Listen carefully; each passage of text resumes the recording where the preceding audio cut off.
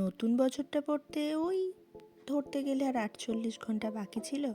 আর একটা রৌদ্র ঝলমল আকাশ দেখে আমরাও কয়েকজন মিলে বেরিয়ে পড়েছিলাম একটা ছোটোখাটো ডেস্টিনেশনের জন্য। মানে ওই মানকুণ্ডু, কলকাতা, চন্দননগর, চুঁচুড়া এইসব জায়গা থেকে জাস্ট কয়েক ঘন্টার জন্য গিয়ে ঘুরে আসার একটা ছোট্ট সুন্দর জায়গা। সাইড মিররে কেমন লাগছে নিজেকে দেখতে দেখতে হাই হাই করতে করতে গিয়ে পৌঁছে গিয়েছিলাম বলরামবাটি। স্টেশনটা যদিও আমার ডান দিকে পড়েছিল যাওয়ার সময়, কিন্তু এটা আসার সময় ক্লিক করা, তাই আর কি। তারপর সেই বলরামবাটি পার করে আমরা গিয়ে পৌঁছলাম বনমালীপুর। হ্যাঁ, হুগলি জেলার বনমালীপুরে যে ধামটি গড়ে উঠেছে সেটা পশ্চিমবঙ্গের দ্বিতীয় বৃহত্তম মন্দির। আর রূপম এখানে কলা লেবু কিনে নিচ্ছিল। বাই চান্স যদি খিদে পেয়ে যায় তাহলে ওটা খেয়ে পেটকে শান্ত করা যেতে পারে। প্রথমে ধামটার চারপাশটা একটু ঘুরে নেব। আর যখন আমরা করোনার আগে এসেছিলাম তখন কিন্তু এখানে তেমন দোকানপাট ছিল না, ওয়াশরুম ছিল না, এমনকি কানেক্টিং কোনো গাড়িও আমি সেভাবে দেখতে পাইনি। কিন্তু এবারে এসে সব দেখতে পেয়েছি। বারুইপাড়া রেল স্টেশন থেকে অটো অনেক কানেক্টেড, তো যে কেউ আসতেই পারো। আর এই ছোটো ছোটো কুকুর বাচ্চাগুলোকেই দেখছিলাম, তারা মজা তাদের মানে খেলা করছিল, দেখতে ভালো লাগছিল। তারপর আমরা আবার মন্দিরে ঢোকার জন্য চলে গিয়েছিলাম। ভিডিওটা পজ করে দেখেই নিতে পারো তার এখানকার কী নিয়মাবলী বা ভোগ বিনামূল্যে বৃহস্পতিবার দেওয়া হয়, এরকম অনেক ডিটেলস আছে। যদিও আমরা রবিবার এসেছিলাম সেই জন্য আমাদের সেই সেরকম কোনো সুবিধা হয়নি, তবে প্রসাদ তোমরা পেতে পারো মন্দিরের ভিতরে গিয়েই, যে কোনো সময়ই পুজো দেওয়া যায়। আর ওই যে পিছনে মন্দিরের দরজা, আর প্রবেশদ্বার থেকে ঢুকেই ডান দিকে এবং বাঁ দিকে দুইটি ওই রকম বড় বড় তোরণ আছে, যাতে রাত্রিবেলা লাইট জ্বললে খুব সুন্দর দেখতে লাগে। আর মন্দিরের ঠিক ডান দিকটায় আমরা চলে এসেছিলাম, মানে বাইরে ডান দিকে ওই ঘরগুলো সম্ভবত নাট মন্দির। তো সেভাবে কিছু পাল্টায়নি, যেমন দেখে গেছিলাম সেরকমই রয়েছে আমার মনে হয়েছে। আর মেন মন্দিরে ঢোকার সময় বাঁ দিকে গণপতি বাপ্পা আর ডান দিকে কপিল মোড়ের মন্দির। কি হলো, ভালো লাগছে? ভালো, আগে এসেছিলাম, একই রকম আছে প্রায়। একটু রং টং হয়েছে। আমাদের আসতে দেরি হয়েছিল বলে কিনা ঠিক জানা নেই, তবে মন্দিরটা অনেক ফাঁকা ফাঁকা ছিল। যদিও এর আগের বারেও যখন এসেছিলাম তখনও ফাঁকায় ছিল, হয়তো বা বৃহস্পতিবার বেশি ভিড় হয়।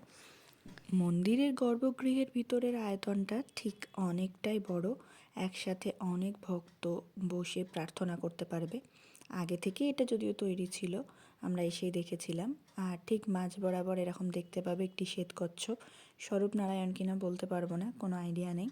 এরপর সামনের দিকে তাকালেই আসল মূর্তিটা দেখতে পাবে। আর মূর্তিতে পৌঁছানোর ঠিক আগেই ডান দিকে দেখতে পাবে প্রথম ধাম মধ্যপ্রদেশে, দ্বিতীয় ধাম কন্যাকুমারী, তৃতীয় ধাম আমাদের এই হুগলি জেলার বনমালীপুরে, চতুর্থ ধাম আছে উত্তরাখণ্ডে, মানে যেটা তৈরি হবে এরকম কিছু ডিটেলস দেয়া রয়েছে। এই ব্যারিকেডগুলো বৃহস্পতিবার দিন ভোগ দেওয়ার সময় ভক্তদের একে একে বার করে কুপন দেওয়া হয়, তারপর তাদের ডান দিকের একটা মন্দিরে বিনামূল্যে ভোগ প্রসাদ খাওয়ানো হয়। বাঁ দিকে যে লাইনটা দেখতে পাচ্ছ সেটা তিলক পরার আর প্রসাদ নেওয়ার লাইন। আর এইটা ছিল মূল বিগ্রহটা, যেটা প্রণাম করে আমরা বাইরেটায় বেরিয়ে গিয়েছিলাম। মন্দির যথেষ্ট ফাঁকা ছিল, গরমকালে হয়তো আরও বেশি ফাঁকাই থাকে। তারপরে এই ঝালমুড়ির 4টে প্যাকেট একটু খিদে পাওয়ার জন্য খেয়ে নিচ্ছিলাম। আর আমরা বলে রাখি, আমরা কিন্তু কোনো জায়গা নোংরা করার মানে পক্ষপাতী নই। তো যাই হোক, তারপর সেখান থেকে বেরিয়ে পড়লাম। আর মন্দিরের একটা পাশ মানে একটা অংশ দেখলে আমার খালি মনে হচ্ছিল সাউথের কোনো মন্দির, ভীষণ পরিষ্কার পরিচ্ছন্ন লাগছিল। যাই হোক, এখানটা দেখে এবার আমরা নিচে যাব শিব মন্দিরে।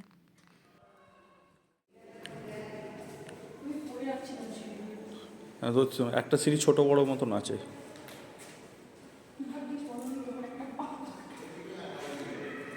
ফাঁকা হাতে আসতে গিয়েও আমি জোরে একটা আছাড় খাচ্ছিলাম, সেই কথাই বলছিলাম।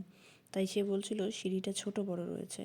আমি বললাম যে ভাগ্যি বলনি তোমার পাটা ছোট বড়, জোকস পাট। যাই হোক, শিবশম্ভুর দর্শন করে নিলাম। আর শিব মন্দিরের মধ্যে এই ছোট ছোট লাইটগুলো দিয়ে যেন একটা একটা অন্যরকম একটা পরিবেশ তৈরি হয়েছে, দেখে আসতেই পারো। সূর্য প্রায় পাটে যেতে চলেছে, আমরাও বেরিয়ে পড়লাম সূর্যি মামাকে পশ্চিমে রেখে। আর মাঝখানে কি তারকেশ্বর লোকালকে বাই বাই করে দিয়ে পৌঁছে গেলাম আবার আমরা ভদ্রেশ্বর বা বৈদ্যবাটির কাছাকাছি এক্সপ্রেস ধাবাতে। হাইওয়ের ওপর এক্সপ্রেস ধাবাটা পাবে। আমি কোনো দিন এখানে আসিনি। আর বেশ সাজানো গোছানো একটা ধাবা ফিলিংস দেওয়ার চেষ্টা করা হয়েছে লোহার খাটিয়া রেখে।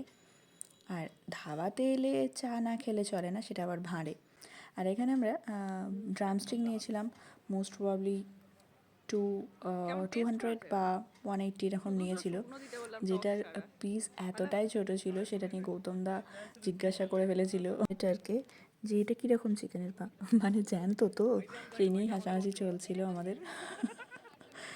কি আর করা যাবে। এর পাশেই শিবম নামের একটা ধাবা রয়েছে, যেখানে তোমার আমার মনে হয়েছে কস্টিংটা একটু কম, টেস্ট খুব একটা খারাপ নয়, ভালোই। যাই হোক, সাজানো গোছানো একটা জায়গায় একটু আলাদা রকম অনুভূতি তো হলো। আজকের দিনটা বেশ ভালো কাটলো। তোমরাও জানিও কেমন লাগলো। ভালো থেকো সকলে। Have a good day.